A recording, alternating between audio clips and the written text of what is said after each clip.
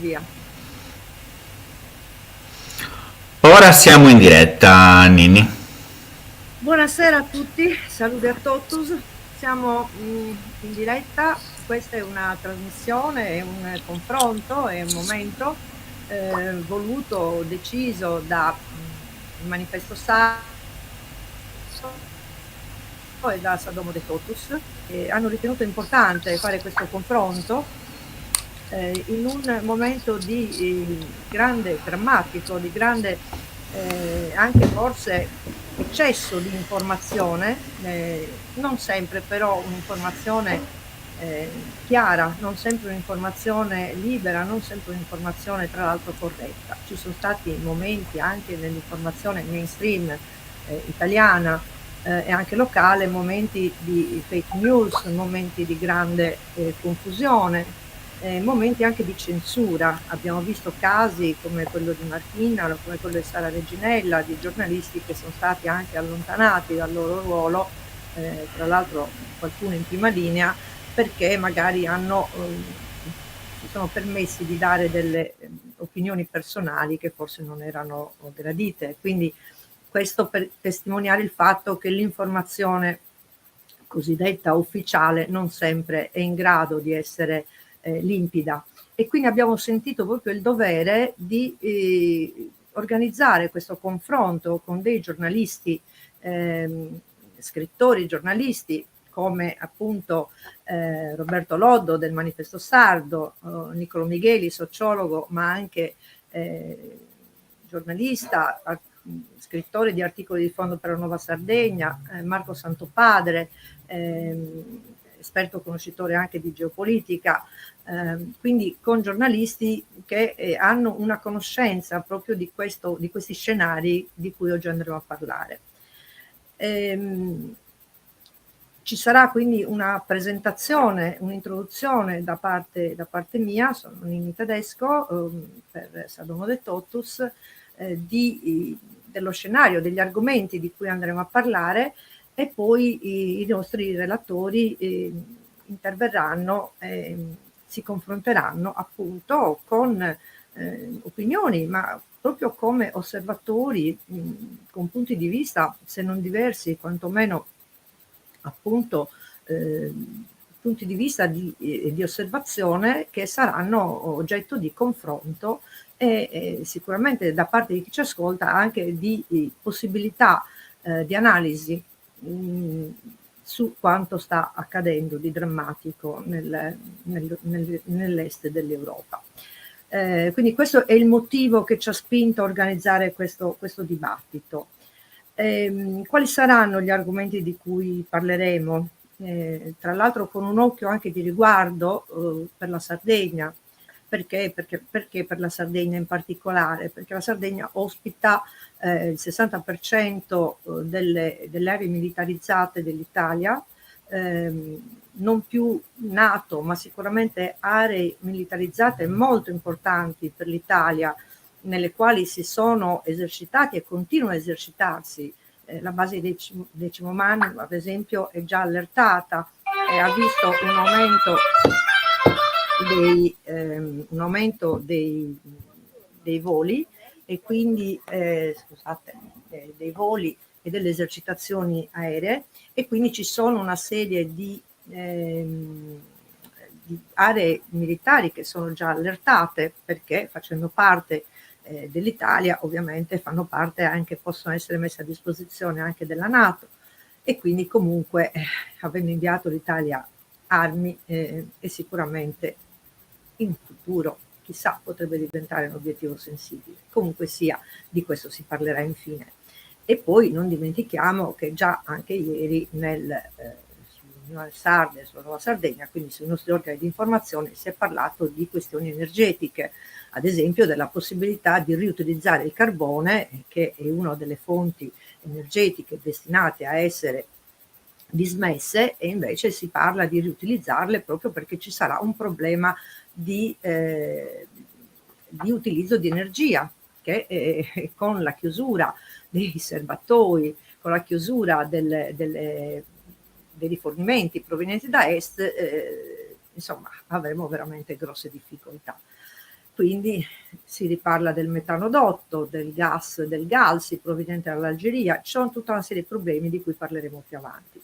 Brevemente di che cos'altro parleremo? Parleremo sicuramente delle origini, delle cause di questa guerra, di questa terribile guerra, sulla quale siamo tutti d'accordo nel condannarla, come condanniamo tutte le guerre, che spesso sono guerre che colpiscono le popolazioni civili, che colpiscono le parti fragili delle popolazioni, che sono invece guerre di imperialismi, guerre di poteri forti, guerre decise sopra le nostre teste e non certamente dai popoli. Quindi condanniamo queste guerre, ma dobbiamo anche interrogarci sulle cause, e quindi probabilmente partiremo, questo ciascun relatore poi deciderà come organizzare il proprio intervento. Sicuramente si parlerà del 2014, del regime change in Ucraina, quindi quando inizia a cambiare la politica che fino a quel momento era stata la politica filorussa, e invece comincia a andare al potere una politica di destra, fortemente di destra, addirittura in qualche caso con dei battaglioni filonazisti, di organizzazioni addirittura filonaziste. 2014, scusate, ancora nasce la questione del Donbass, quindi delle due repubbliche al confine con la Russia che si proclamano indipendenti e che vogliono chiedere l'annessione dell'Unione Sovietica, l'indipendenza prima di tutto, scusate, dall'Ucraina, e poi l'annessione nel 2015 della Crimea, quindi questioni che non sono ovviamente solo interne alla Russia o all'est europeo, ma che riguardano naturalmente tutta la situazione internazionale. Perché la Russia evidentemente avverte quello che poi si discuterà dopo, a parte queste regioni che rimangono le uniche aree neutre o neutrali rispetto a quello che definisce l'accerchiamento della NATO intorno ai suoi confini. Parleremo anche del ruolo dell'Unione Europea. L'Unione Europea che ruolo ha avuto in tutti questi anni? Non soltanto dal 2014 in poi, quando era chiaro che c'era un inasprimento delle tensioni in quei confini, e quindi che già addirittura autorevoli intellettuali e politici, studiosi, anche americani, lo stesso Kissinger addirittura, per non parlare poi di altri, hanno addirittura il nostro italiano Prodi, avevano ipotizzato e avevano chiaramente dichiarato che un avvicinamento della NATO ai confini della Russia avrebbe significato un accentuarsi della conflittualità in quell'area e un esacerbarsi della tensione da parte della Russia. Che cosa ha fatto l'Unione Europea dal punto di vista diplomatico? Che cosa è successo? Quali rapporti ci sono stati? Che cosa è stato fatto o cosa non è stato fatto per evitare il punto a cui purtroppo siamo arrivati oggi, cioè una guerra dichiarata, una guerra calda, una guerra vera in territorio europeo. Infine, quali scenari possibili? Cosa può accadere? Che cosa succederà? A parte che comunque quando c'è una guerra le conseguenze sono sempre terribili. Vediamo già i profughi arrivare in Italia, in Europa, in Sardegna, il dramma delle vittime civili, il dramma della miseria che ci sarà dopo, della povertà. Buona parte dell'Europa e dell'Italia dipendono dall'energia dell'est. La Germania ha già interrotto il condotto che porta il gas in Germania, che bypassava prima il territorio ucraino. Quindi quali conseguenze, quali scenari?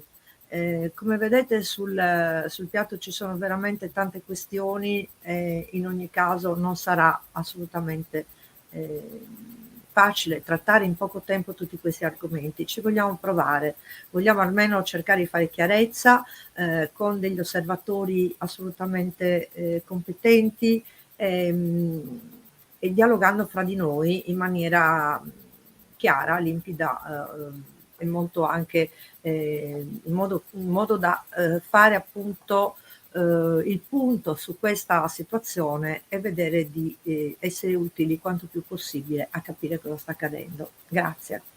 Cominciamo quindi con Roberto Loddo. Grazie Roberto. Manifesto Sardo, Roberto. Grazie Ninni, mi sentite? Bene.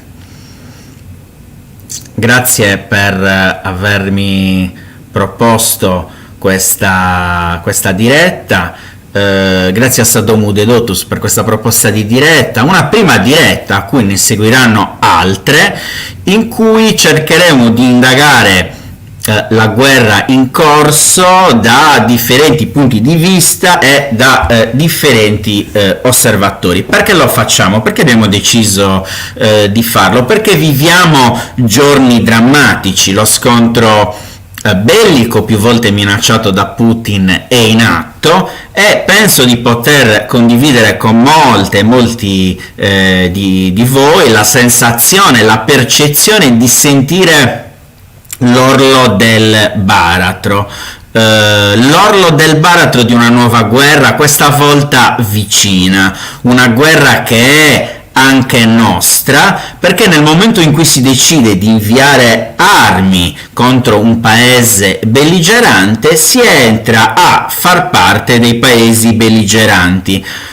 Ma come si sa, gli articoli dei trattati vengono interpretati in base agli argomenti della forza dei vari stati e non a quelli del diritto internazionale. Questa regola vale anche per la stampa, per l'informazione, per chi produce informazione. Da qui il senso e la ragione di questa diretta, di questa sera, organizzata dal Manifesto Sardo e da Sadomu Dedottus.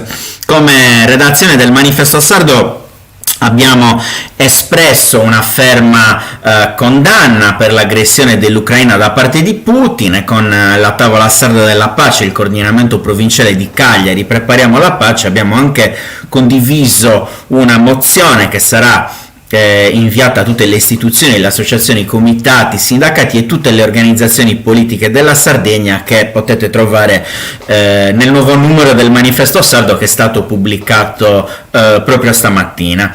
Una mozione in cui si chiede l'immediata protezione della popolazione civile e dei rifugiati e l'immediato ritiro delle truppe russe, una ferma condanna alla guerra di Putin senza se e senza ma. Il nostro essere contro la guerra è un no alla guerra che deve essere totale, e per totale intendiamo anche lo scioglimento dei reparti filonazisti ucraini, l'interruzione dell'invio di armi alle parti in guerra e anche l'autodeterminazione democratica del Donbass. Il nostro no alla guerra si rifà all'articolo 11 della Costituzione italiana ed è un no che si oppone alle guerre, e non mi stancherò mai di ripeterlo, stando dalla parte dei popoli che vivono l'orrore dei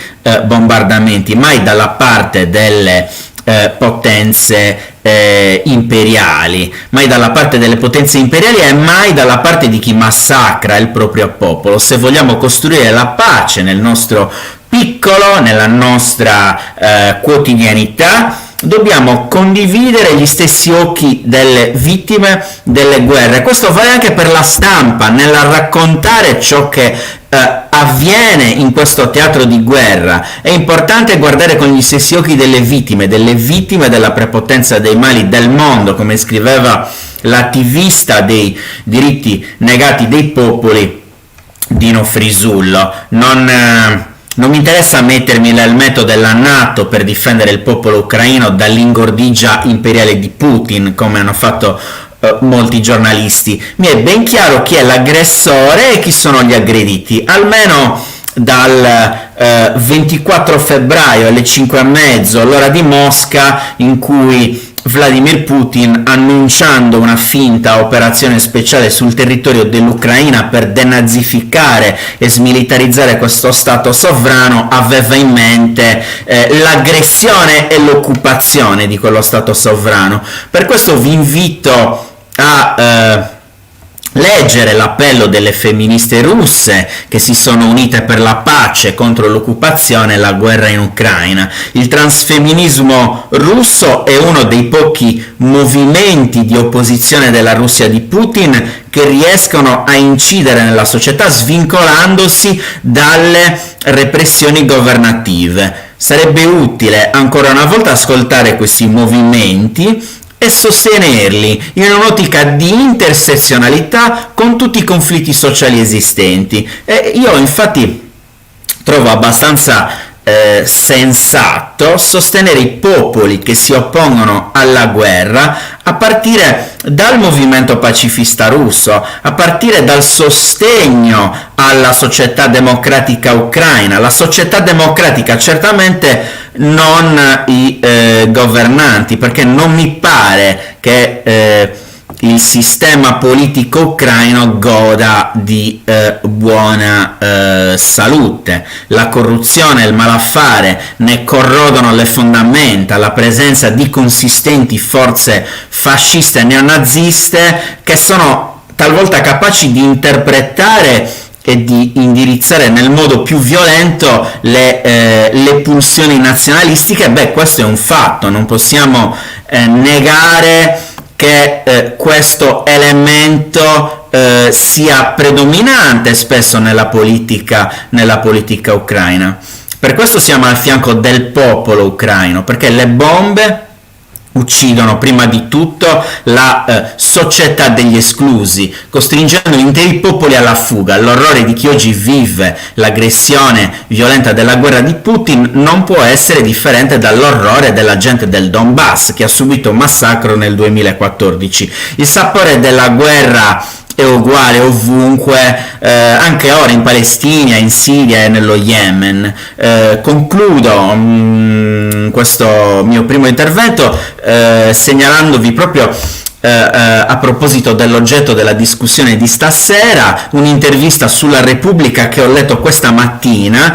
Sergio Cofferati si è pronunciato favorevole all'invio di armi in Ucraina. Voglio partire da qui e da questa dichiarazione, collegarmi appunto al titolo della nostra iniziativa, la propaganda.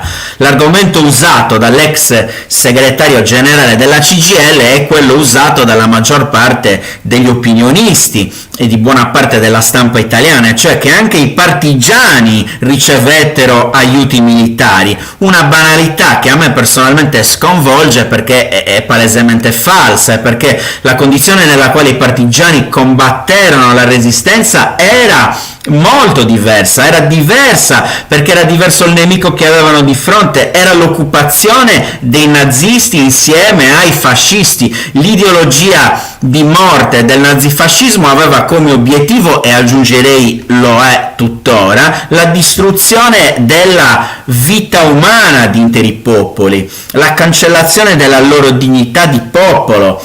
Non c'entra davvero nulla quindi la guerra di resistenza antifascista del movimento dei partigiani con la resistenza degli ucraini, con la guerra di aggressione alla Russia. C'è poi un ultimo dettaglio che rende differenti le due guerre di resistenza. L'aiuto degli alleati ai partigiani italiani avvenne in un contesto storico di belligeranza generalizzata. La seconda guerra mondiale, appunto, è che ora, come ha ricordato Alfonso Gianni, che scrive per il Manifesto e che è un'ottima fonte di informazione, non è proprio un bene per noi che lo diventi, e credo che non lo sia per nessuno all'interno di questo pianeta.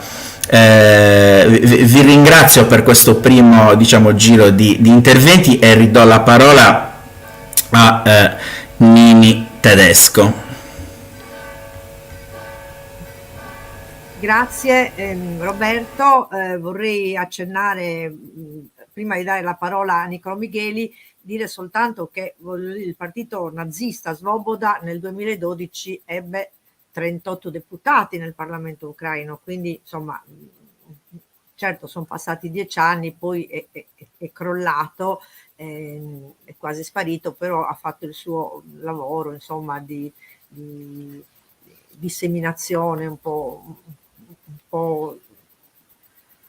brutta, di anche confinamento della lingua russa, e ha fatto un lavoro certamente non pulito nel territorio. Comunque, detto questo, credo che dobbiamo un po' appunto ascoltare tutti i punti di vista. E quello che è preoccupante è la richiesta recente della no flying zone da parte di Zelensky, del presidente dell'Ucraina, che significherebbe appunto sicuramente un momento di grande minaccia e sicuramente anche di rafforzamento del clima di militarizzazione in Europa. Detto questo, però, vorrei dare subito la parola a Niccolò Micheli in questo primo giro, in cui gli interventi diciamo che stanno più o meno tra i 5 e i 7 minuti. Poi naturalmente c'è la possibilità di proseguire di replica. Prego Niccolò. Grazie Nini, grazie a voi per l'invito e grazie a chi ci sta seguendo. La prima cosa sull'informazione. Sì, bisogna dirlo, non sono tempi facili, perché voglio dire, l'informazione è un'arma di guerra. In questi giorni noi lo stiamo vedendo in maniera ampia. Perché? Perché c'è anche come dire, a volte l'impossibilità anche di avere un'opinione diversa. C'è una sorta di militarizzazione dell'informazione, che non è certo un bel panorama questo in cui stiamo vivendo. Direi che qui è ancora in maniera, voglio dire, meno drammatica di come per esempio sia avvenuto in Russia nei giorni scorsi, dove la Duma ha votato all'unanimità una legge in cui che vieta praticamente le cosiddette fake news, ma sostanzialmente ti dice che devi riportare esclusivamente i loro comunicati, e se non lo fai corri il rischio di essere condannato a 15 anni. Voglio dire, sono andati via tutti, ma la cosa che a me mi ha colpito di più è che TikTok, che è di proprietà cinese, ha interrotto la propria rete lì. Questo cosa vuol dire? Vuol dire che è un tempo talmente brutto che effettivamente fa anche, come dire, ti fa anche venire in testa idee che da qualche parte stiano preparando cose ancora più brutte. Io spero proprio di no. Sul discorso delle cause del conflitto, cioè noi normalmente appunto ci fermiamo al 2014, perché è stato l'anno in cui con la piazza Maidan, insomma, con il cosiddetto golpe, io preferisco chiamarlo rivolta, ma vabbè, un termine vale l'altro, c'è stato un cambio di governo, cioè Yanukovych, uomo molto vicino a Putin, è stato praticamente mandato via, e poi insomma sappiamo tutto quello che è successo, cioè l'occupazione della Crimea, l'occupazione occupazione, insomma, un'insurrezione del Donbass.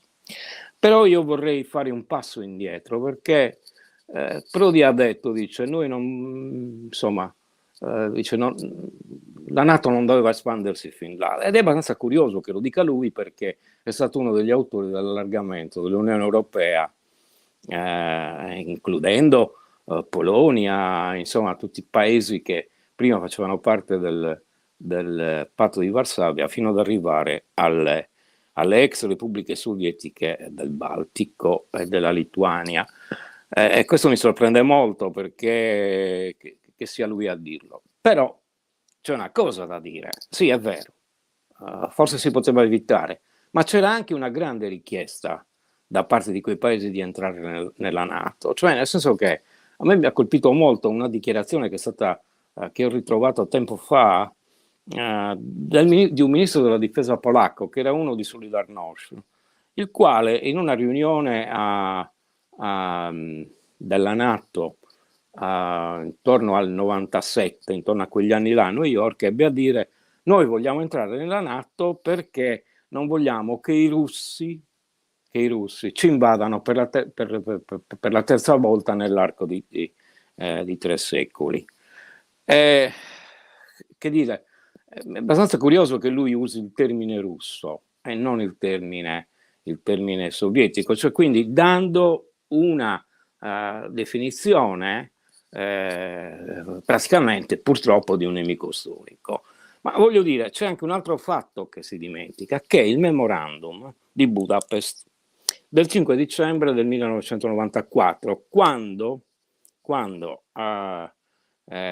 Inghilterra, cioè Gran Bretagna, Stati Uniti, Russia e Ucraina firmarono questo memorandum dove praticamente l'Ucraina accettava di essere denuclearizzata, cioè consegnava tutte le proprie armi nucleari alla Russia e nello stesso tempo gli veniva garantita una neutralità. Patto che evidentemente in questi giorni è stato violato in maniera forte. Quindi cioè ci troviamo davanti a una realtà talmente complessa che dove fa capolino una potenza molto, come dire, molto determinata da quelle parti, no? Che è la Russia, che vive un suo eccezionalismo, viene definito così. Non ce l'hanno solo i russi, ce l'hanno gli americani, ce l'hanno gli inglesi e per certi versi ce l'hanno anche i francesi, o almeno lo hanno avuto. E che cos'è? È quello di sentirsi come un paese che interpreta, sostanzialmente un paese come civiltà, che interpreta un modello di tipo universale. Nel caso dei russi è rappresentato anche dalla loro storia, insomma, Mosca come terza Roma, a difesa dei valori cristiani contro l'Islam, e così via, tanto che c'è anche un contrasto fortissimo tra il patriarcato di Mosca e il patriarcato autocefalo di Kiev, perché a Kiev c'è anche una parte che appartiene ancora al patriarcato di Mosca. Tanto che Kirill ieri dice, Kirill che poi è il patriarca di Mosca, ha affermato che la guerra è benedetta. Io credo che guerre benedette non esistono, anche voglio dire, qualsiasi guerra contro il nemico peggiore, penso alla seconda guerra mondiale che avete citato, non esistono guerre, tutte le guerre sono maledette perché lasciano morti, lasciano distruzioni e sangue, però sentirlo in bocca di un'autorità religiosa effettivamente è cioè, è una cosa che dà estremamente fastidio, almeno a me lo ha dato. Ora, si pone il problema dell'autodeterminazione, voi lo avete detto, no? L'autodeterminazione delle due repubbliche del Donbass, ma se volete anche l'autodeterminazione della Crimea. Cioè una delle cose che per esempio viene detta è che in Crimea c'è stato un referendum dove il 90% dei cittadini crimeani hanno votato per come dire, l'annessione alla Federazione Russa. Ora, certo, l'hanno fatto, però è anche vero che forse non ci sono state le migliori condizioni per poter fare questo referendum, cioè nel senso che l'hanno fatto con le truppe russe lì. Quindi un voto diverso sarebbe stato, non lo so, forse poteva esserci, ma sicuramente non c'è stato.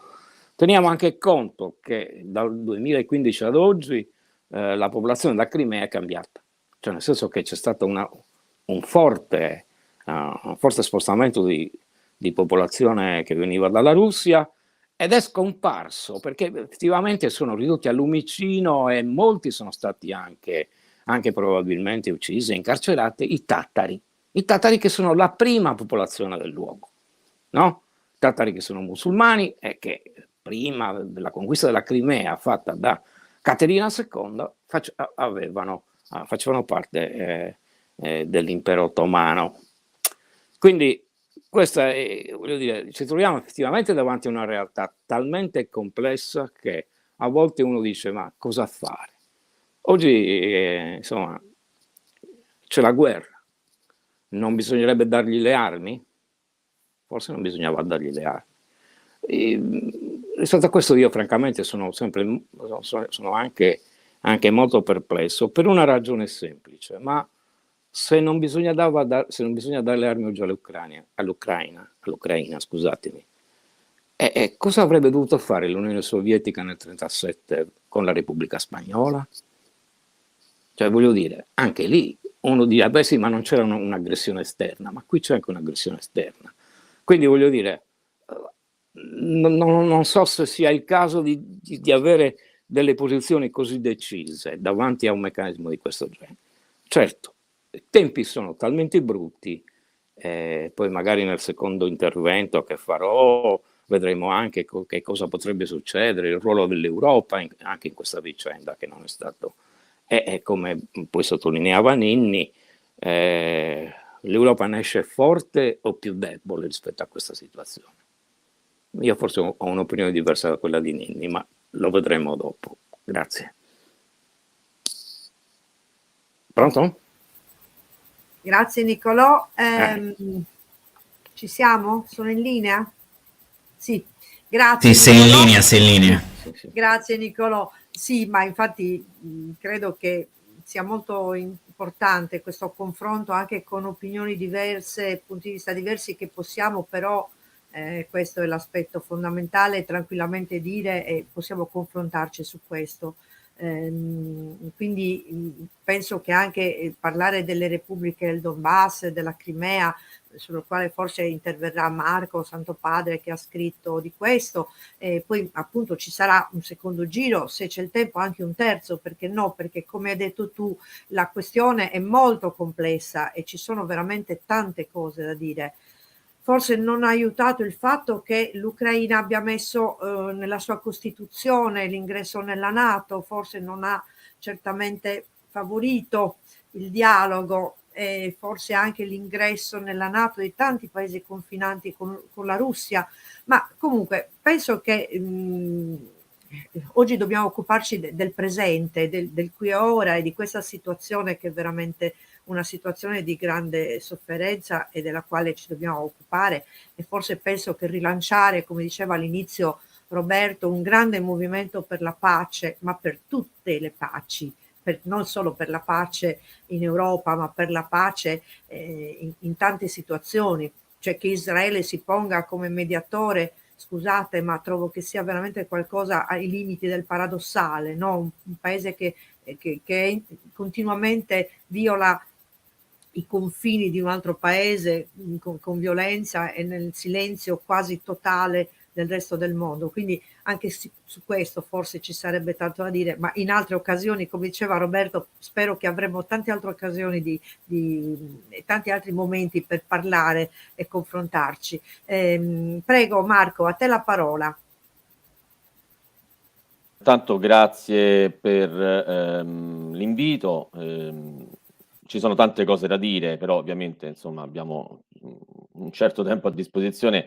Purtroppo i danni che sta facendo l'informazione mainstream sono molti, quindi diciamo questa iniziativa è veramente importante.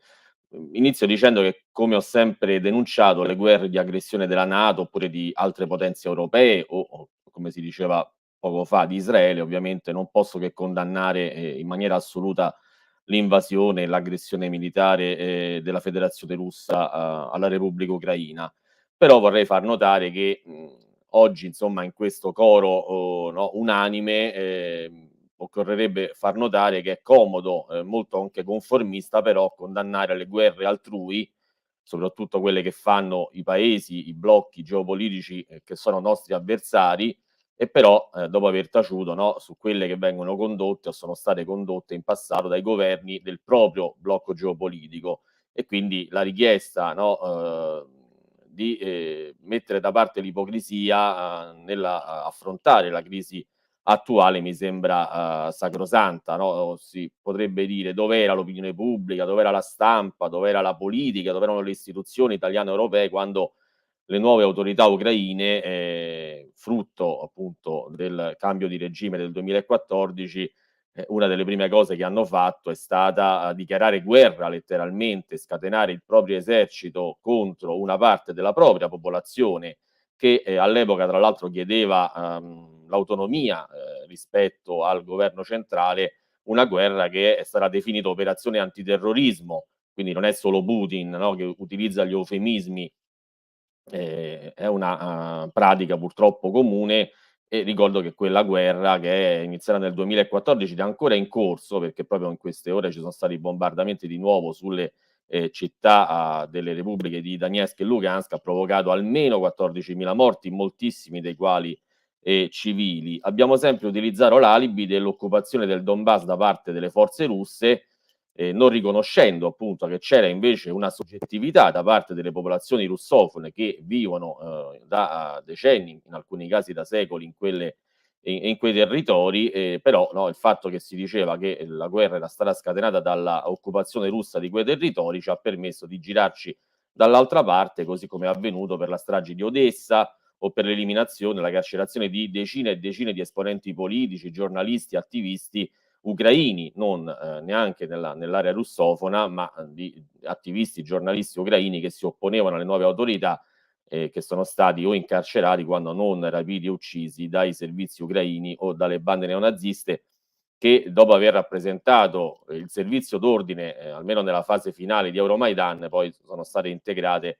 nell'esercito, nella Guardia Nazionale e anche nell'esercito. I suoi responsabili poi sono stati nominati e sono tuttora in posti di grande responsabilità. Io qui dico subito che è vero che alle ultime elezioni non ci sono stati i partiti di estrema destra, fascisti o nazisti, non hanno ottenuto il quorum e quindi non hanno eletto nessuno nella quota proporzionale, se non Svoboda, il Partito Nazionalsocialista, che ha eletto un deputato. Però è pure vero, questo andrebbe sempre ricordato, che l'asse politico, il panorama politico ucraino si è così spostato a destra che decine e decine di esponenti sia del paramilitarismo di estrema destra, sia diciamo dell'estrema destra politica, sono stati integrati ed eletti dentro le liste dei cosiddetti partiti di centrodestra, nazionalisti e liberali.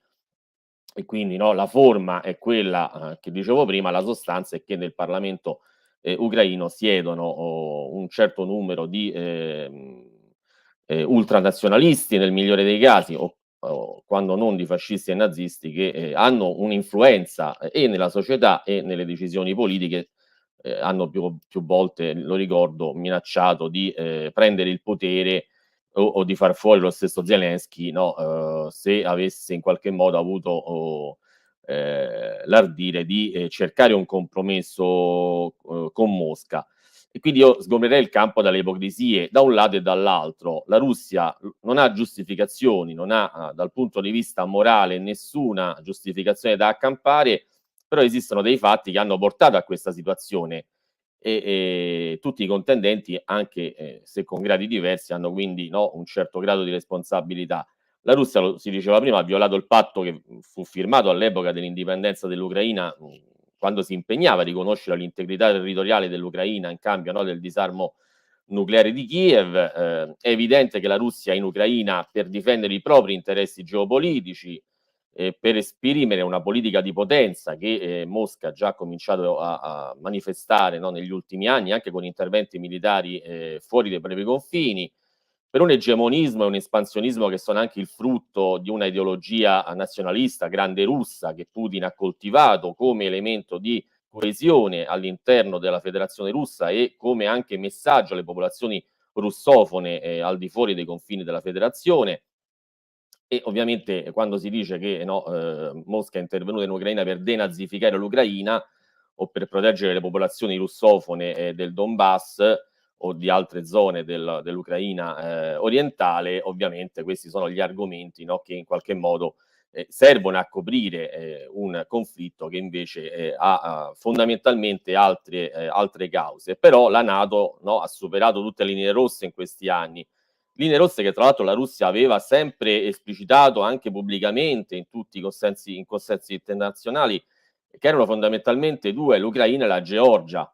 La NATO non solo non ha tenuto conto dei segnali continui di allarme da parte di Mosca, ma ha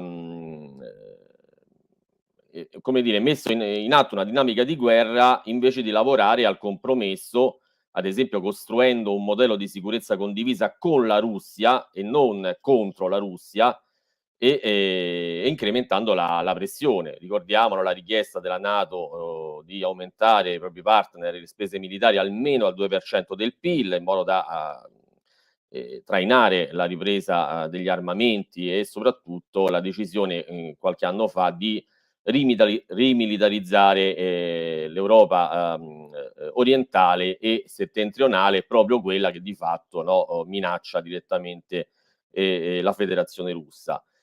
C'è l'Unione Europea che ha le sue responsabilità, perché l'Unione Europea si poteva smarcare da questa dinamica di conflittualità, di polarizzazione, di scontro, e invece, nonostante ciò confligga anche coi propri interessi geopolitici ed economici, si è fatta per l'ennesima volta surclassare da Washington. Successe tra l'altro già nel 2014, quando l'Unione Europea aveva concordato con il presidente Yanukovych una sua uscita di scena dentro la legalità costituzionale in modo graduale, e invece, diciamo, no, gli Stati Uniti e altre forze estremiste, sia dentro la società ucraina che fuori, spinsero per una drammatizzazione, no, degli eventi, e per portare appunto a una polarizzazione che schiacciasse l'Europa in una situazione per lei ingestibile.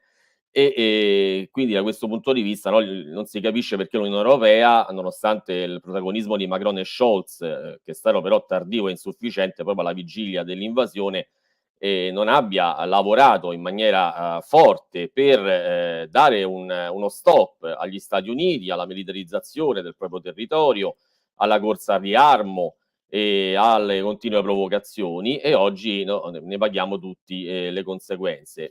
Ovviamente Putin si è condannato e ci ha condannati tutti a non poter tornare indietro. Io credo che si è aperto un nuovo ciclo storico, che prima è stato caratterizzato, quello precedente dopo lo scioglimento dell'URSS, di fatto da un'epoca in cui gli Stati Uniti e in parte minore l'Unione Europea o le potenze europee, in particolare la Francia, hanno gestito praticamente in condizioni di monopolio una escalation bellica.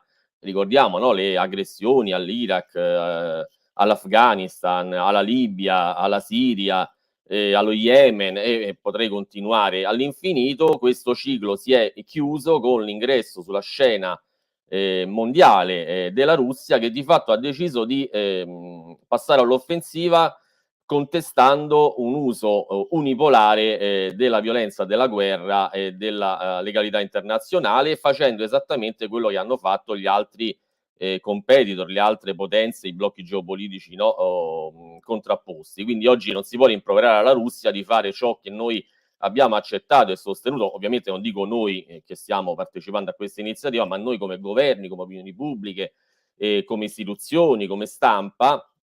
Noi ad esempio adesso ci appelliamo alla diplomazia come strumento di risoluzione dei conflitti, quando per 30 anni i nostri paesi hanno perseguito i propri interessi attraverso la forza. Ci appelliamo al diritto internazionale, che è stato spazzato via dopo il 91 dal monopolio della violenza e della guerra da parte degli Stati Uniti, con spesso il sostegno dell'Europa, e ci lamentiamo che, come dicevo prima, Mosca utilizzi degli eufemismi, chiama l'aggressione e l'invasione operazione speciale, quando noi, no, per decenni ne abbiamo inventati a decine di eufemismi, no? Chiamavamo le guerre, le invasioni, operazioni di polizia internazionale, operazioni di peacekeeping, operazioni di peace enforcing. No, come dire, da questo punto di vista abbiamo veramente poche carte in regola per pretendere che in un contesto di guerra globale, di competizione globale attraverso la guerra, i nostri competitori utilizzino il bon ton, no, dopo che per 30 anni si è fatto esattamente il contrario dalla nostra parte. Questa è ovviamente una tragedia immane, una tragedia oggi per il popolo ucraino, che viene appunto colpito dalla guerra, una guerra le cui conseguenze non si conoscono. È difficile anche pensare, no, cosa la Russia, il gruppo dirigente russo pensino di fare, se occupare tutta l'Ucraina e tenerla per anni, se semplicemente distruggerne il potenziale militare e infrastrutturale per avere di fatto un paese già neutralizzato ai propri confini, se si ritirerà e continuerà a occupare alcune aree abitate in prevalenza da russi,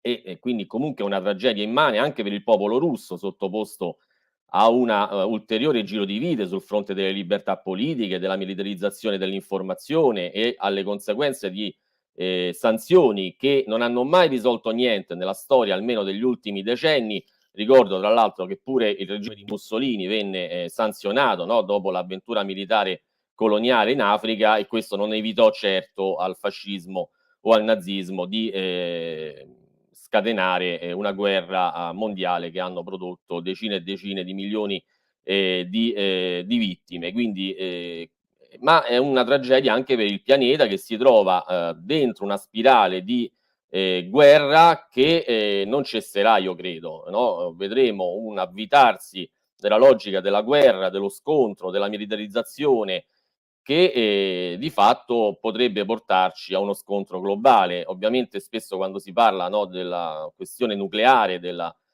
possibilità di uno scontro nucleare tra superpotenze, si rischia di cadere nel catastrofismo. Io però ricordo che ormai da alcuni anni esiste un arsenale nucleare tattico che può permettere ai generali, ai governi di pensare di utilizzare l'arma nucleare in maniera Marco, devi concludere. sì, sto chiudendo, no? Cioè il nucleare oggi di fatto si può usare per distruggere magari i gangli del paese avversario, quindi questo rende ancora più possibile no, una escalation di questo tipo. Vediamo, insomma, di mettere le cose in chiaro. Grazie Marco. Grazie di questo tuo intervento, ti penalizzeremo nel prossimo. Va benissimo. Però capisco che effettivamente quando si segue un filo logico in un intervento poi sia difficile ovviamente interromperlo. Tanti spunti in questi interventi, anche perché la complessità di questa situazione, che non nasce certo oggi, ma nasce da una lunga situazione, una catena di eventi che ha origini non certo in questo presente, ma origini lontane. Tra l'altro ricordiamo che appunto, lo diceva prima Nicolò, l'Ucraina ha consegnato i suoi armamenti nucleari, però questo forse non ha liberato la Russia dalla paura degli armamenti nucleari o comunque della minaccia della NATO ai suoi confini. Ora non abbiamo a portata di mano una carta geopolitica, ma certamente la linea rossa di cui parlava anche Marco, Santo Padre, questa linea rossa si è sempre più spostata verso est. Quindi forse bisognerebbe ridefinire che cosa intendiamo oggi per Europa. Anche qui ci sarebbe da parlare a lungo. La Russia fa parte dell'Europa? Domanda.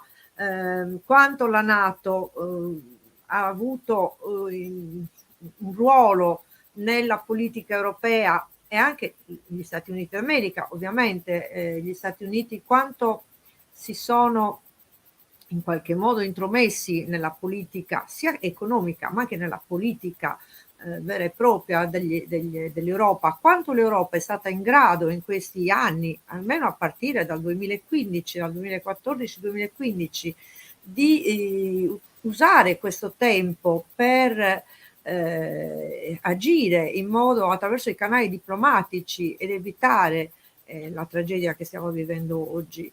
Dicevamo prima che c'è questo, oggi si vive questa situazione come sempre binaria, o sei pro o sei contro. In realtà certo siamo tutti contro la guerra, ma oggi viene etichettato come filo putiniano soltanto chi osa dire no, ma un momento, ragioniamoci sopra, fermiamoci per capire le ragioni di questo conflitto, perché se non ne capiamo, non ne comprendiamo le ragioni, non troviamo neanche magari la possibilità, ecco, di fare quello che stiamo facendo noi oggi, cioè di sederci intorno a un ideale tavolo e di discuterne, di comprenderne le ragioni e di ovviamente non trovare soluzioni, non abbiamo questa pretesa, ma certamente di fare chiarezza, almeno di dare informazione, che questo è il nostro compito, senza porci in questa posizione pro contro, no? Che spacca, perché ormai questo è l'atteggiamento dell'informazione, creare spaccature, creare i nemici, no? E questa è una cosa che veramente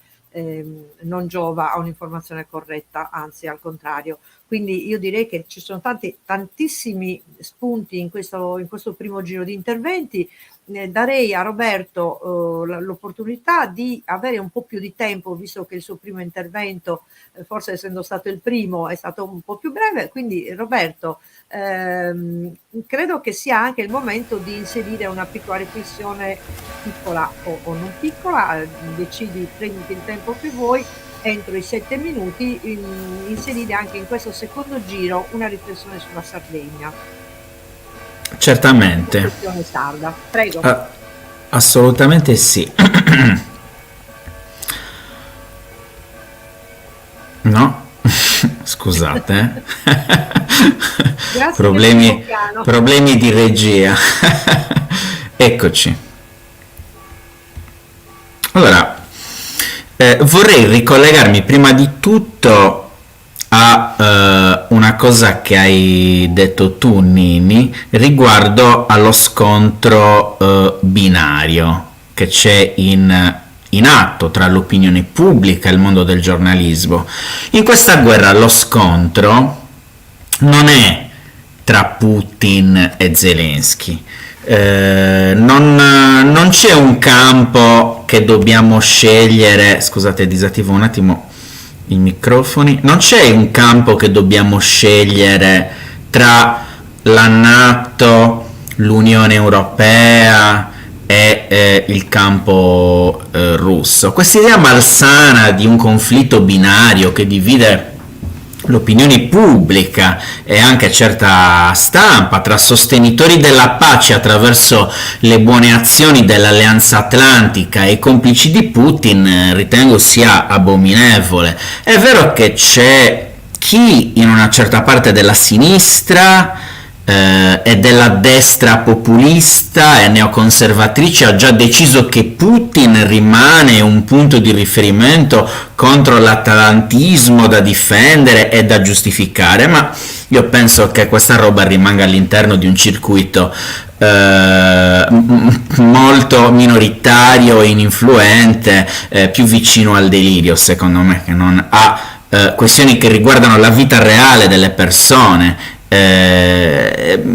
Perché questo scontro esiste e perché dobbiamo rifiutarlo? Perché nel praticare l'antagonismo alle guerre globali, e io faccio mi avvicino al tuo invito di parlare delle questioni sarde, per esempio come si declina proprio nel declinare la guerra ucraina alla Sardegna, è proprio qui che riusciamo a distruggere questo invito al conflitto binario. La nostra lotta del superamento della fabbrica di bombe RVM di Domus Novas, la nostra lotta contro l'occupazione delle basi militari in Sardegna, contro le basi militari, considera proprio il rapporto di forza. Guardate, c'è un interessante libro di un interessante articolo di Marco Revelli all'interno di un prezioso libretto sulla non violenza lanciato da Liberazione nel 2004, che diceva che il nostro antagonismo, il nostro pacifismo non si esprime più in un gioco frontale a somma zero in cui i contendenti sono nello stesso terreno e hanno la stessa unità di misura. Non c'è un terreno in cui ci siamo noi e poi c'è Putin, e un altro terreno in cui ci sono quelli differenti da noi e hanno la NATO e i paesi dell'Unione Europea. Questa roba non c'è. Questa cosa probabilmente ci poteva essere nel Novecento, con le vecchie regole del Novecento, dove vinceva chi aveva a disposizione più strumenti di coercizione che avevano accumulato più potenza. Nel competere con la forza muscolare dei poteri che Revelli definisce terribile, che minacciano il pianeta, dobbiamo cambiare terreno, rifiutare questa logica binaria e utilizzare altri strumenti, gli strumenti della non violenza, della partecipazione e della parola. Per questo è importante il dibattito all'interno degli spazi del giornalismo. La questione della parola è importantissima per conquistare spazi di partecipazione e di socialità. Per fare questo abbiamo bisogno, come l'ossigeno, di coloro che fanno buona informazione, abbiamo bisogno di persone che per lavoro hanno il dovere di costruire il senso della solidarietà su se stessi e su chi legge, perché la stampa non è solamente il privilegio delle giornaliste e dei giornalisti, ma può diventare uno strumento di formazione delle persone. Per ricollegarmi poi all'oggetto della nostra diretta e fare un altro esempio, nelle prime pagine dei giornali e nelle maggiori trasmissioni televisive questa logica violenta, binaria, viene talmente estremizzata nel declinare la guerra in corso che la guerra non viene declinata come un pericolo per il pianeta, ma solo per una parte del pianeta, l'Occidente. La guerra di Putin, in questa narrazione giornalistica a totale senso unico, viene trasformata come la possibile perdita della libertà, dei valori, dei principi dell'Occidente. Le ragioni della pace, in questa logica binaria, diventano le ragioni della pace solo per l'Occidente. L'urgenza di un gesto di coraggio delle diplomazie si trasforma in un solo gesto di coraggio per l'Occidente. Anche l'immagine della solidarietà che vediamo in questi giorni, in primis la questione dei rifugiati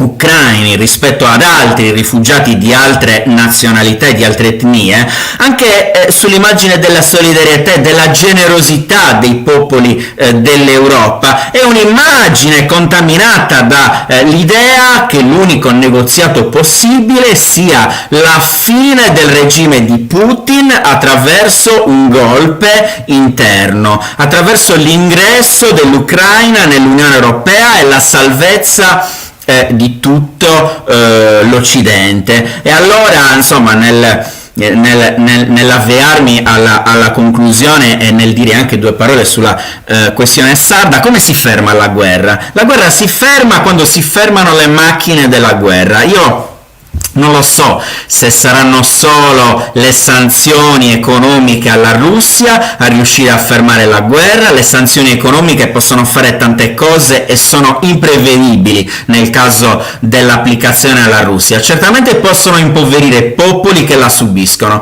e probabilmente possono scatenare altri conflitti interni. Raramente fanno cadere i regimi autoritari, anzi è possibile che siano l'ossigeno per la creazione di nuovi impulsi nazionalistici. E allora come si ferma la guerra? L'Italia può giocare un ruolo di pace in tutti gli organismi internazionali dei quali fa parte.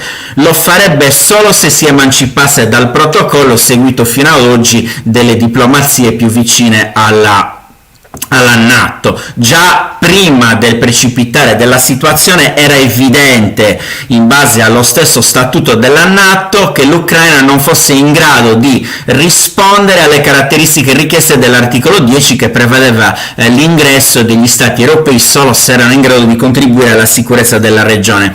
Ed è per questo che trovo più realistico possibile immaginare una soluzione simile a quella di un'Ucraina protetta da una condizione di neutralità, fuori dalla NATO e libera da ogni sudditanza verso la Russia, garantendo alle zone prevalentemente popolate dai russi un'effettiva autonomia, anche nel rispetto dei principi garantiti a livello internazionale dell'autodeterminazione.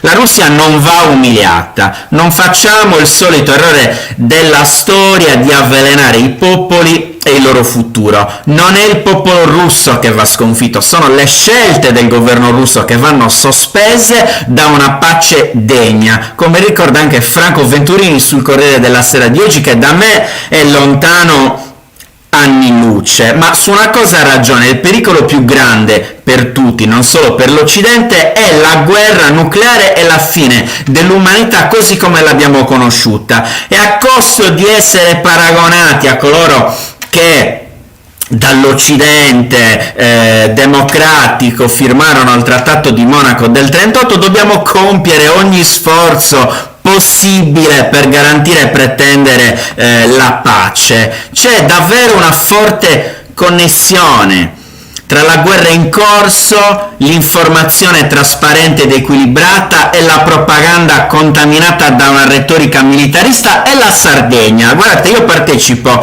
alle manifestazioni contro la guerra e contro l'occupazione militare dall'età di 16 anni e ho sempre considerato gli organi di stampa internazionali, europei e italiani una risorsa preziosa.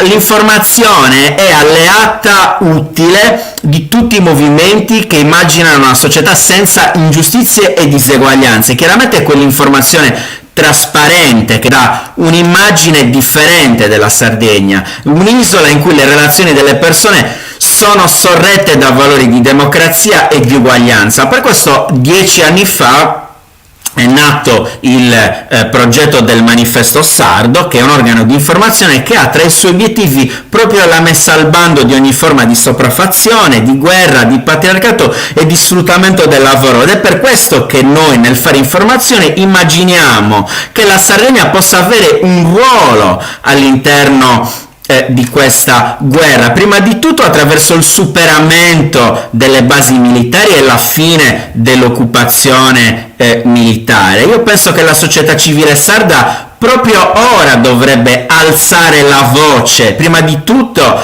per uscire da questo imprigionamento militare, dell'occupazione militare, e per ricollegarmi a ciò che diceva Nini, e concludo, anche per legare il nostro sviluppo e la nostra idea di società futura anche al superamento di quell'industria che ha avvelenato i nostri territori. Noi vogliamo un'altra economia, vogliamo superare l'economia di guerra, ma vogliamo anche superare l'economia che fino ad oggi ha fallito, e lo vogliamo fare attraverso una visione che sia il più legata alle specificità del nostro territorio.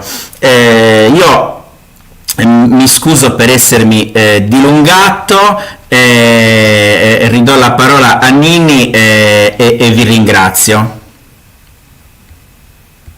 Grazie a te Roberto, hai toccato dei temi sensibili, molto, tra l'altro, che ci sono molto cari. Penso che tutti qui siamo d'accordo e siamo tutti, ci siamo tutti spesi in questi anni contro le basi militari in Sardegna, perché veramente noi siamo il giardino di qualcun altro, un giardino molto sporco, tra l'altro, perché abbiamo delle terre morte, abbiamo delle zone morte, delle aree in cui che non sono neanche più bonificabili perché sono talmente inquinate e inaccessibili, peraltro, tanto da non essere più recuperabili in nessun modo. Quindi abbiamo pagato un prezzo molto alto con queste zone e da anni tutti noi qui presenti ci spendiamo contro questo orrore, che è il primo passo verso la pace: smilitarizzare, cioè chiudere queste basi, perché non ci può essere pace finché ci sono basi militari, finché ci sono guerre, il primo passo è sicuramente questo. Noi saremo in una guerra globale, noi saremo il primo obiettivo sensibile.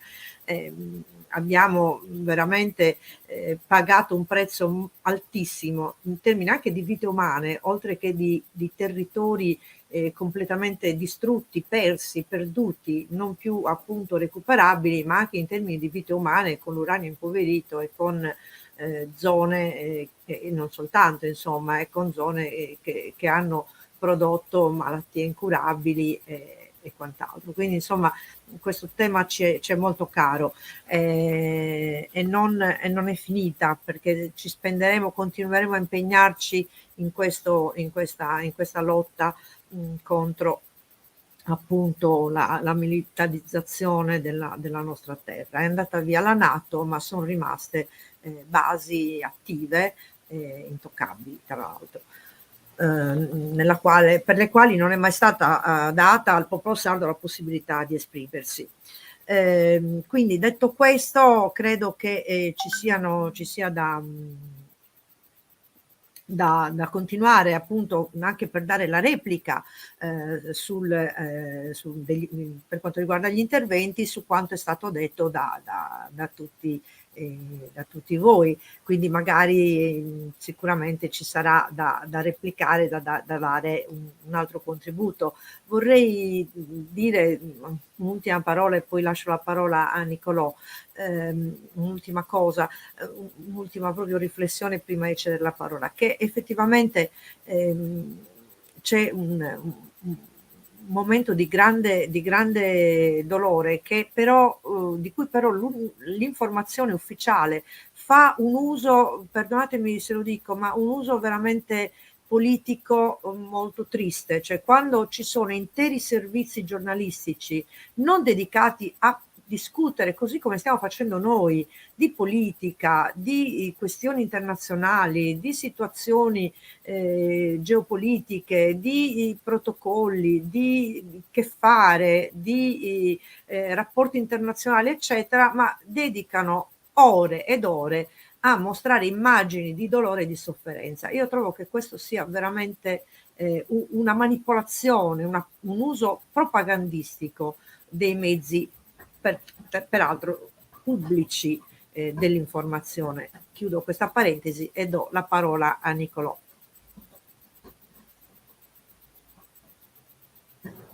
Do una piccola buona notizia, che non c'entra niente con questo conflitto, ma è strettamente legata, per certi versi.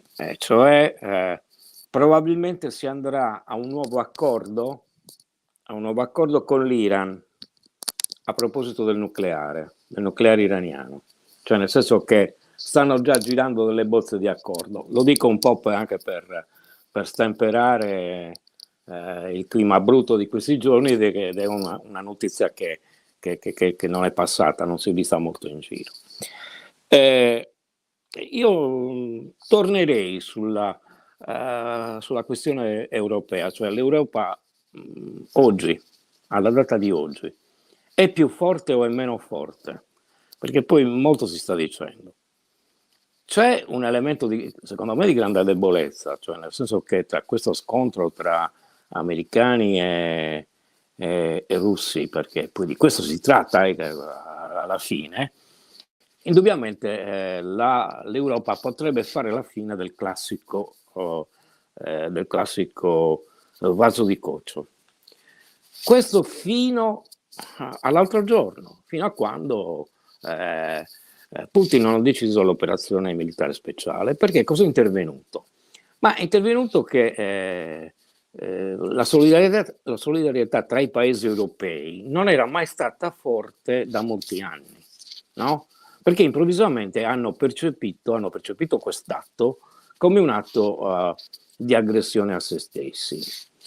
E quindi di conseguenza stanno cambiando, cioè io dico che questa guerra, più che la pandemia, questa guerra probabilmente cambia una serie di parametri. E non li cambia neanche tanto, li cambia per certi versi in bene e molto in male. Dico ad esempio, la Germania era un paese che al di là di quel che si diceva, era quasi demilitarizzato, cioè nel senso che con la fine della guerra fredda avevano ridotto fortemente le proprie truppe, i mezzi a loro disposizione, tanto ormai potevano avere quello che gli strategi chiamano la profondità strategica, e cioè la profondità strategica era data dalla Polonia e da tutti quei paesi che erano entrati nella NATO, quindi loro si sentivano per certi versi una sorta di Svizzera, e quindi hanno anche litigato molto con Trump, se vi ricordate, per la storia di aumentare il loro bilancio della difesa, che era all'1,4%, come quello italiano, solo che il PIL tedesco è ben più consistente, però in ogni caso era in una situazione di quel genere.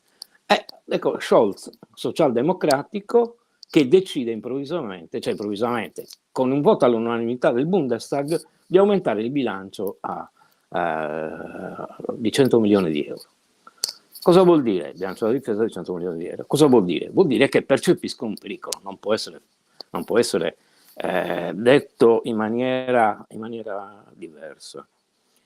Volevo fare anche un accenno a quello che diceva Marco sul fatto del nucleare tattico. È vero che esiste il nucleare tattico, però c'è anche una cosa che dicono tutti gli esperti di queste cose, che se tu usi il nucleare tattico devi essere pronto anche ad usare quello strategico. Quindi di conseguenza rimarrà sempre un'arma politica, a meno che non la si voglia usare contro chi non ha l'arma atomica, ma questo è un altro discorso. E lì può esserci il pericolo, ma non lo userai mai contro una potenza atomica, per questa ragione. Quindi, da questo punto di vista, questi sono gli elementi che per certi versi sono anche negativi, cioè l'aumento del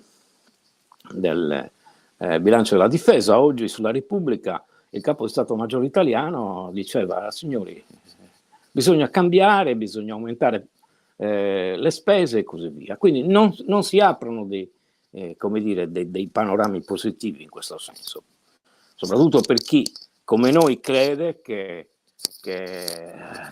i soldi si potrebbero usare in maniera differente che non con le armi. Però tant'è che questo sta avvenendo. Qual è invece l'elemento positivo?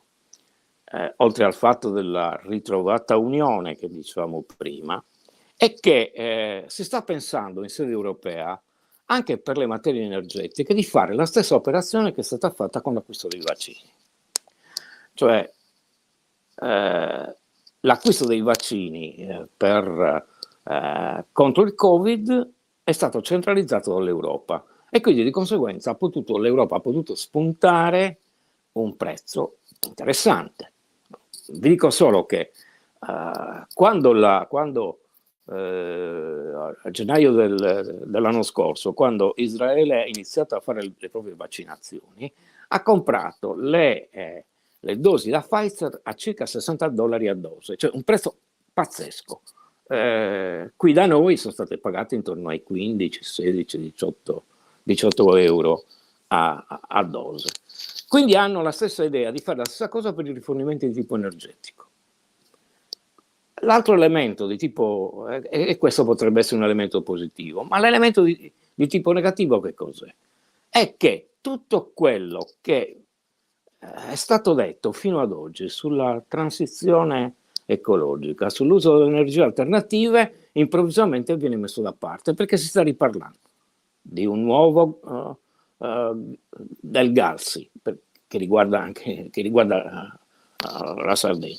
Si sta parlando del raddoppio del TAP dell'Azerbaigian, si sta parlando della costruzione di rigassificatori per poter acquistare sia il gas di scisto in Nord America, sia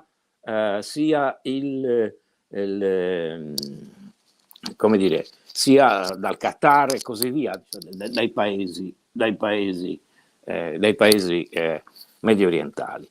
Quindi c'è anche questa condizione di tipo energetico, per cui la guerra sta portando con sé anche un forte arretramento su tutta una serie di politiche che noi avevamo in mente, noi come Europa intendo dire, no?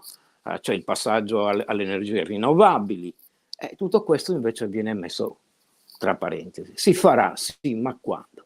Intanto però c'è un problema di cui nessuno in questi giorni parla, cioè nel senso che il cambio climatico, sia di origine naturale sia di origine antropica, sta correndo.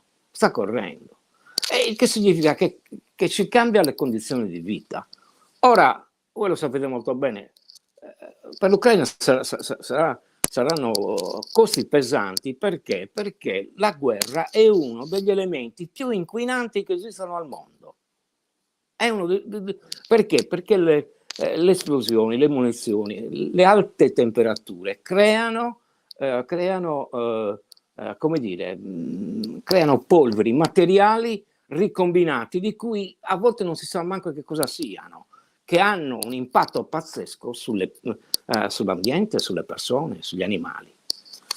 Ora tenete conto che Ucraina e Russia sono, almeno quella pianura lì, è veramente uno dei granai, non d'Europa ma del mondo, il che significa che dovremmo anche prepararci non tanto alla crisi che ci sarà adesso, ma anche in futuro ad avere zone intere che non potranno essere o che potranno essere usate in maniera molto, molto ridotta per la produzione di grano e per la produzione di cibo. Quindi voglio dire, siamo veramente in una situazione difficile da questo punto di vista. Poi sono d'accordo quando si dice che la Russia non va umiliata. Certo che non va umiliata, perché io non credo che il problema sia Putin. Inteso, Putin è sicuramente la punta di lancia di un gruppo che viene da lontano, di un gruppo che negli anni 90 si è impadronito delle ricchezze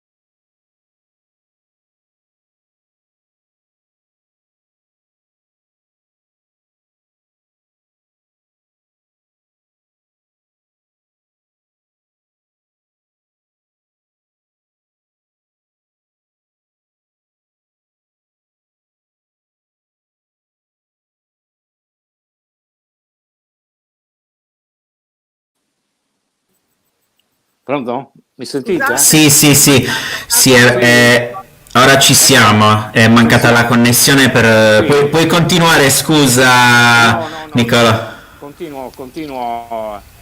Dicevo sostanzialmente che noi ci troviamo davanti ad anni in cui avremo problemi, perché è anche vero che questa guerra, io spero che finisca oggi, cioè che questi accordi vadano in qualche modo bene. Certo che non si può umiliare la Russia, dicevo, ma non si può umiliare neanche l'Ucraina.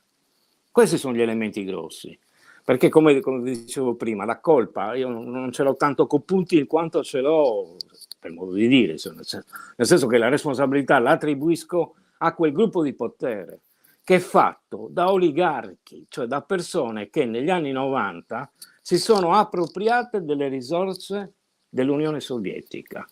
Questo l'hanno fatto con questi meccanismi di privatizzazione. Poi Putin ha cercato anche di recuperare, però quelle ricchezze sono date in mano a tutta una serie di personaggi che avevano già posti di rilievo durante la fine dell'esperienza sovietica. E questi faranno di tutto per tenere il potere. Quindi dicono vabbè, togliete via Putin, l'avevo scritto anche io scherzando, togliete via Putin e poi possiamo parlare. Ma il problema non è a questo punto togliete lui. Il problema è che anche che anche la Russia dovrebbe avere, perché ne ha tutto il diritto e il merito, avere un meccanismo di tipo democratico dove tutti vengano riconosciuti. Non può esserci una situazione di questo genere, non può esserci un governo così autoritario. Oggi ci troviamo davanti a una realtà di questo genere ed è anche abbastanza normale poi a questo punto che le attività di propaganda dicano: signori, siamo uno scontro tra democrazie e un governo autoritario, per semplificare la logica binaria che veniva citato. E questo può esserlo in parte, ma non è solo questo. Però dico, il futuro che si intravede non sarà comunque un futuro facile. Questo bisogna esserne più che convinti, perché se anche è vero che quelle sanzioni faranno molto male alla Russia, cioè faranno male più alla gente comune che agli oligarchi, è anche vero che faranno male a noi. Perché? Perché non solo dal punto di vista del costo dell'energia, di queste cose qua, ma anche lo faranno anche perché determineranno un clima, insomma, di quello che viene adesso sì, un clima di tipo russofobico e in Russia un clima di tipo occidentalofobico, definiamolo così. Per cui, insomma, io vi ringrazio molto per avermi ascoltato e Grazie Nicolò, ho grazie a te. tentato insomma di dire un po' di cose, però vi assicuro che in questi giorni, insomma, la sensazione che domina è quella del dolore, perché tutto potevi aspettarti che una realtà di questo genere. Grazie. Grazie a te Nicolò, ma tra l'altro nelle cose che avete detto tu e Roberto e anche negli interventi precedenti, è chiaro che andiamo incontro a delle conseguenze molto importanti e molto serie. Pensiamo soltanto che nei giorni scorsi è stato scritto che già in Sardegna, per dire, gli allevatori avranno nei prossimi 2 mesi problemi di rifornimento di mangimi, ad esempio, no? Dopodiché, perché noi praticamente importiamo tra circa il 60% addirittura di mangimi proprio dall'Ucraina, quindi ci saranno problemi a brevissimo, non soltanto. Proprio Marco nel suo articolo scriveva che insomma il 40% dell'energia, a parte la Francia che ha costruito ormai, ha programmato tutta la sua il suo approvvigionamento energetico in maniera autonoma, perché ha puntato tutto sul nucleare, quindi non ha bisogno di fonti energetiche alternative, ma il resto dell'Europa per il 40% dipende dal gas russo o comunque che proviene attraverso i canali della Russia. Quindi insomma sicuramente, non avendo costruito noi in tutto questo tempo, in tutti questi anni, una politica energetica comune, avremo grosse enormi difficoltà. E come dicevo prima, la Sardegna rischia di pagare un prezzo ancora una volta alto in questo senso, perché il Galsi sarà non un'energia per la Sardegna, ma sarà una servitù energetica, perché il gasdotto attraverserà la Sardegna, cita testualmente l'articolo di Mauro Pili, sarà il gas per l'Italia e per l'Europa, perché attraverserà la Sardegna per portare energia all'Europa. Quindi insomma si aprono tutta una serie di scenari veramente molto critici. Sono anche d'accordo sul fatto, e penso che su questo siano d'accordo anche gli osservatori politici, che la Russia non vada umiliata, ma proprio perché il popolo russo non va umiliato, al di là delle responsabilità degli oligarchi e di Putin. Il popolo russo non va umiliato, il popolo russo è una parte importante della storia europea.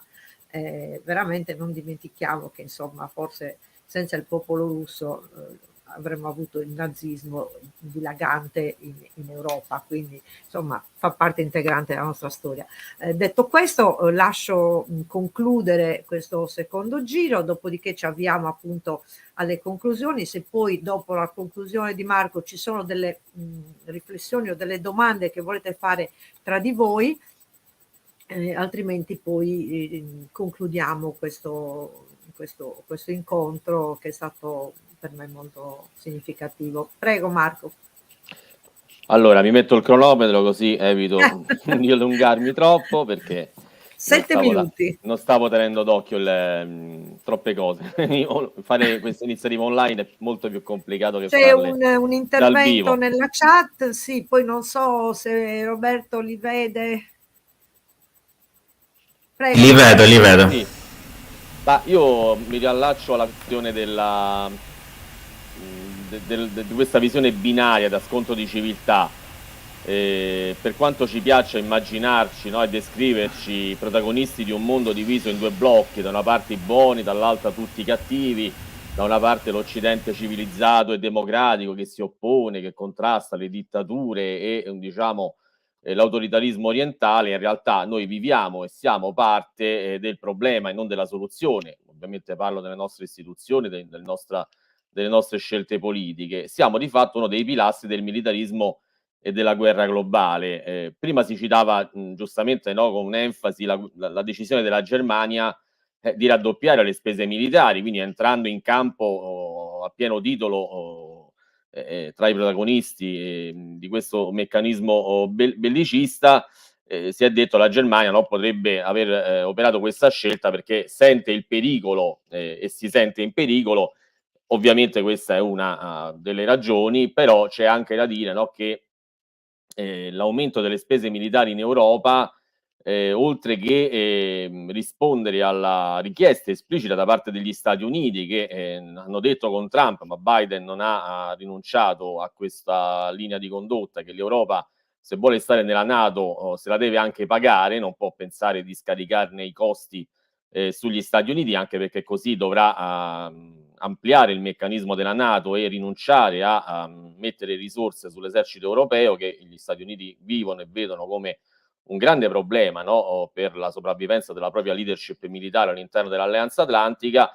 E quindi, no, è chiaro che anche l'Unione Europea verso la NATO o verso l'esercito europeo comunque si vuole attrezzare per una competizione globale tra potenze, tra blocchi geopolitici, che è sempre meno di carattere economico, un livello nel quale la Germania a Berlino eccelle ed è protagonista, e diventa sempre più di tipo militare, invece un livello che, come si ricordava, per le conseguenze della fine della seconda guerra mondiale, no, non vedono ancora la Germania come protagonisti. Io prima dicevo, no, ci immaginiamo parte dei buoni contro i cattivi e inseriamo anche l'Ucraina in questa visione binaria. Ricordo che si diceva giustamente il meccanismo di rapina, di appropriazione che ha portato gli oligarchi all'inizio degli anni 90 ad appropriarsi delle ricchezze pubbliche e degli apparati economici dell'Unione Sovietica, ma non è che in Ucraina sia andata molto diversamente. L'Ucraina è dominata, è governata da un meccanismo di fatto che vede gli oligarchi in prima linea nella gestione e del potere economico e del potere politico, anche se sicuramente rispetto alla Russia, almeno apparentemente, c'è una dinamica istituzionale e democratica più sviluppata, più libera. Di fronte a questo scenario io credo che dobbiamo necessariamente rimuovere il campo dalle sterili e sorpassate tifoserie, quelle ad esempio che portano molti essendo contrari, critici nei confronti della NATO, dei meccanismi bellicisti del nostro campo, a identificarsi automaticamente con l'avversario, proiettando sull'avversario, no, appunto quei desideri e quelle rappresentazioni che spesso non corrispondono alla realtà. Noi dobbiamo abituarci a un mondo che diventa un campo di battaglia tra potenze, tra poli geopolitici che di fatto non sono differenziati eticamente o politicamente o ideologicamente, ma di fatto sono differenziati perché rappresentano interessi materiali e geopolitici in contrasto, e quindi è una situazione completamente diversa a quella che abbiamo vissuto, no, fino al 1990-91, col mondo diviso in due blocchi che in qualche modo erano differenziati anche dal punto di vista etico, ideologico, ideale. E dobbiamo soprattutto pensare al benessere, al futuro dei nostri territori, delle nostre classi di riferimento, delle nazioni, dei popoli che vengono schiacciati in questa competizione, in questo clash tra imperialismi e comunque politiche di potenza. E qui sulla Sardegna non dico altro, perché ovviamente chi mi ha preceduto no, è entrato nel merito delle servitù militari del sacrificio economico e politico che la Sardegna ha dovuto soffrire in nome appunto delle servitù militari e del meccanismo di guerra, che è vero che formalmente non è più detenuto dalla NATO in Sardegna, ma è a disposizione della NATO e delle sue strategie locali e internazionali. Come dicevo prima, è facile combattere l'imperialismo russo, anche se io userei più militarismo e espansionismo, perché Mosca non ha una struttura economica per essere considerato di fatto un paese imperialista. Io credo che Putin abbia fatto il passo più lungo della gamba in questo senso. È il nostro credo di imperialismo che dobbiamo combattere. L'errore più grande, no, per le forze progressiste, di sinistra, indipendentiste, sarebbe quello di identificarsi col proprio imperialismo e votare i crediti di guerra, come già fecero le socialdemocrazie nel 1914, portando a un macello immane. Concludo dicendo che noi non dovremmo né essere atlantisti, perché ovviamente questo negherebbe il nostro no alla guerra. Non dobbiamo ovviamente essere putinisti, passatemi la semplificazione, non dobbiamo però neanche essere indifferenti, no, alla guerra. Quindi non dobbiamo utilizzare il no alla guerra che sia semplicemente uno stiamone fuori, non ci riguarda, un evitiamo le conseguenze, che pure comunque è un atteggiamento legittimo, visto che nessuno ha chiesto, no, il parere dei popoli che pagheranno poi le conseguenze di questa guerra, ma dovremmo avere un atteggiamento attivo, non di neutralità, ma di terzietà rispetto al sistema della guerra e ai protagonisti della guerra. Grazie Marco, veramente credo che siamo riusciti nel rispetto dei tempi a toccare tantissimi.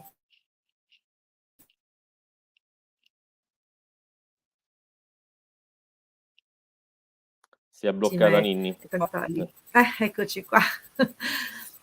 Ci sei, Roberto? Nini, ti sentiamo, continua pure a parlare. Ecco, allora, quindi dicevo, c'è una domanda nella chat forse di Facebook. La vuoi leggere tu, Roberto? Ce l'hai a portata? Sì, io le vedo, sì. Ce ne sono? Le vedo, c'è per esempio Marinella che chiede cosa pensate di Zelensky. Direi che facciamo rispondere a Marco Santopadre per primo. È una battuta, non si può, no, dare in giudizio. Un personaggio molto particolare. Io ricordo che quando Zelensky venne eletto, il primo punto del suo programma era il compromesso con Mosca e la risoluzione del conflitto col Donbass. Tra l'altro lui venne eletto a capo di una coalizione politica inventata di fatto pochi mesi prima, che ha completamente travolto, almeno nel voto presidenziale, le altre forze politiche che erano state le protagoniste di Euromaidan, perché appunto dal 2014 al 2019 le promesse di benessere, di democrazia, di libertà e di integrazione nell'Occidente non erano state affatto mantenute, e quindi c'è stato anche in qualche modo uno scontento che si è riversato nell'elezione di Zelensky, che però, lo dobbiamo dire, è stato votato soprattutto dalle parti dove è più alta la concentrazione, paradossalmente, di popolazione o russofona, che comunque ha maggiori legami culturali, politici con la Federazione Russa o comunque con la cultura russa. Quindi è molto complicato dare un giudizio di un personaggio che tutti consideravano un outsider, un ex comico con una esperienza politica veramente minimale, e che si è trovato a gestire la resistenza dell'Ucraina, no, di fronte all'aggressione militare russa, e quindi oggi di fatto è diventato anche un'icona dei media e del movimento contro la guerra.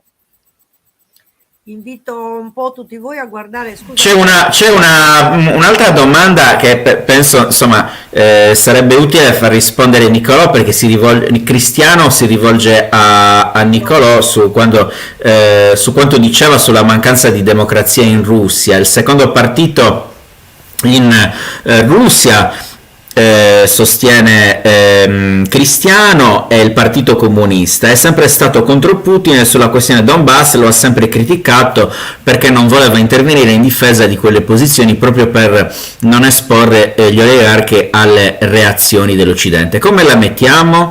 O pensiamo di sostenere un regime change anche in Russia con delle belle statuine manovrate comodemente da Washington? Fai rispondere Nicolò a questa domanda, se Nicolò ha piacere. Certo, no, ma per carità, abbiamo anche avuto occasione di parlarne con Cristiano di questo. No, beh, indubbiamente cioè, voglio dire, se io ricordo bene, io adesso purtroppo non ho i dati, perché quando ci furono le ultime elezioni, insomma, i partiti che vennero ammessi a partecipare sono stati solo alcuni. E indubbiamente il partito di Zwiganov venne ammesso, anche perché lui, insomma, il partito comunista, ha su posizioni anche più nazionaliste rispetto a quelle di Putin. Quindi io non ho avuto neanche difficoltà, ma io invece ritengo, io.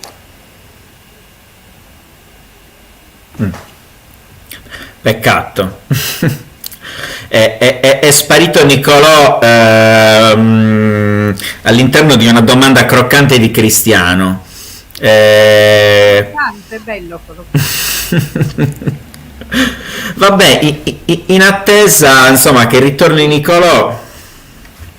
Ninni. Sì, c'è una considerazione che vi giro perché ci fa bene in questo momento. Se solo i grandi della terra avessero la lucidità di questi interventi, ci fa bene sentire. Sì, di Gabriella Garrucciu. Se solo i grandi della terra avessero la lucidità di questi interventi. Grazie Gabriella.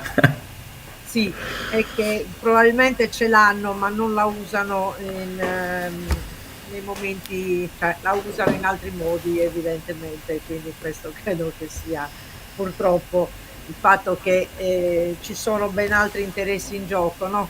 E quindi domande di fatto non ce ne sono. C'è una considerazione di Giovanna Casagrande, di Cassandra, che possiamo leggere. Questa? Sì. Questa che ho postato. Sì, l'Europa è a traino della nota di Washington. Le dichiarazioni di von der Leyen, per esempio, sono miopi e non hanno visione. Al centro c'è l'economia e non credo che la prospettiva cambi. Certamente è una considerazione condivisibile. Ma io direi che possiamo avviarci alle conclusioni a questo punto. Sì. Io vorrei, poi, se ognuno di voi vuole chiudere, poi chiudo io con un saluto, ma se volete dire due cose per concludere, e poi magari io appunto mi limiterò ai saluti e a tirare le fila di questa lunga conversazione che è stata veramente molto molto utile a mio avviso.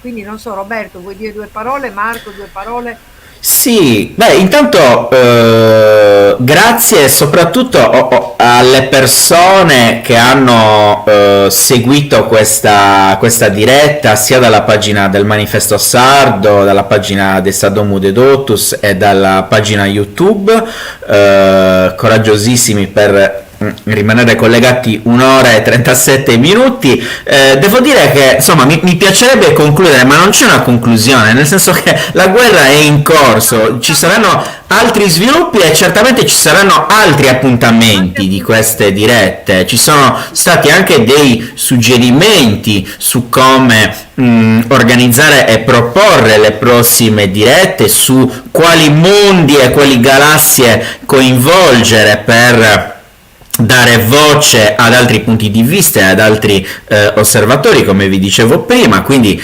certamente non è l'ultimo appuntamento, ma è l'inizio di un percorso di appuntamenti che da un lato vogliono costruire informazione e trasparenza e maggiore trasparenza su quello che sta avvenendo in queste ore drammatiche e terribili, ma dall'altro lato vogliono anche costruire un senso di comunità, perché questo dibattito è stato veramente importante, di alta qualità. Il timore che fosse un dibattito con opinioni precostituite e interventi precostituiti non c'era e non ci sarà nemmeno nei prossimi, quindi il mio auspicio è che ci rivediamo in altre dirette in cui coinvolgeremo altri esponenti, altre personalità del mondo dell'informazione, del mondo dell'associazionismo e del mondo di chi pratica quotidianamente, non da oggi ma da tempo, la costruzione di elementi contro la guerra e per la pace. Quindi grazie a tutti, vi saluto e insomma lascio la parola a Marco. Ma io 2 parole in conclusione, abbiamo detto tante cose e tantissime altre ci sarebbe, no, da dirne. È questo credo il modello di confronto su una questione gravissima ma anche strategica ormai, che è la guerra, guerra che siamo stati abituati ormai a prendere in considerazione solo negli eventi particolari, no, dimenticandoci che la guerra nel mondo in questi decenni c'è sempre stata e c'è stata anche in Europa. Ricordo l'intervento NATO in Bosnia a metà degli anni 90, poi l'intervento della NATO contro la Jugoslavia nel 99 e poi altri conflitti anche ad opera diciamo col coinvolgimento di Mosca. Ricordo il conflitto in Armenia, in Nagorno-Karabakh, di cui in Italia, anche in Sardegna, si è parlato molto molto poco, e quindi è importante quanto mai concentrarsi sul confronto, sull'informazione, sul ragionamento, sui dati, sull'analisi, senza scomuniche, senza etichettature, senza criminalizzazioni di posizioni che a volte sono diverse, ma se sono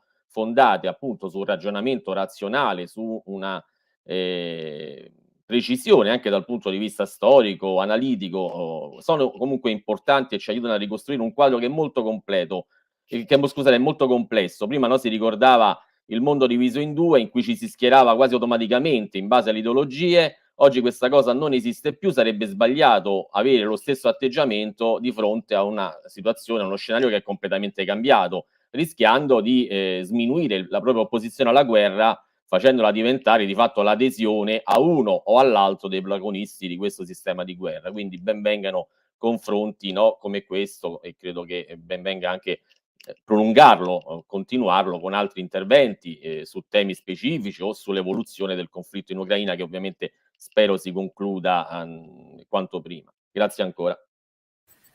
Grazie Marco, grazie Roberto per esserti occupato anche della parte tecnica, che non è poco, ma è andata direi abbastanza bene. Io credo che per concludere, vista appunto la complessità degli argomenti, molte cose non abbiamo avuto il tempo di dirle, non abbiamo parlato degli scenari mondiali, ad esempio della Cina, del ruolo della Cina e di tante altre, degli aspetti economici, di ciò che accadrà inevitabilmente dopo questo conflitto, perché comunque dovremo affrontare degli enormi problemi, delle situazioni comunque gravissime in ogni caso. Diciamo che sicuramente siamo arrivati, quindi abbiamo parlato, giusto per chi si è collegato magari tardi, abbiamo parlato di cause, abbiamo parlato di ruoli, abbiamo parlato di situazioni internazionali, abbiamo parlato anche della Sardegna. Abbiamo veramente sviluppato un confronto serio, puntuale, documentato, del quale ringraziamo sia il manifesto che Sadomo di averci organizzato, di averci dato l'opportunità di organizzare questo confronto. Veramente mi auguro anch'io che ce ne siano altri e siamo assolutamente disponibili a realizzarli. E credo che la conclusione non possa essere che quella condivisa da tutti, che non ci può essere altro che un obiettivo l'obiettivo comune e unico è quello di lavorare per la pace, e non si può lavorare per la pace se si continuano a finanziare gli armamenti, se si continuano a inviare armi, se si continua a punire, tra virgolette, con sanzioni che non possono fare altro che incancrenire situazioni che se no diversamente non si risolvono. Non è con le sanzioni, con le armi e con appunto questa frantumazione sociale che si sta creando, con questa divisione in buoni e cattivi, e con questo conflitto anche che si sta in qualche modo, con il quale l'informazione sta dividendo il mondo. E quindi io penso che lavorare in questo senso, fare informazione onesta sia il lavoro con il quale noi dobbiamo impegnarci.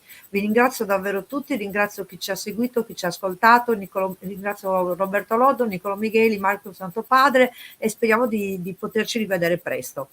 Buonasera, ciao. Ciao a tutti, grazie, grazie, alla prossima. A presto.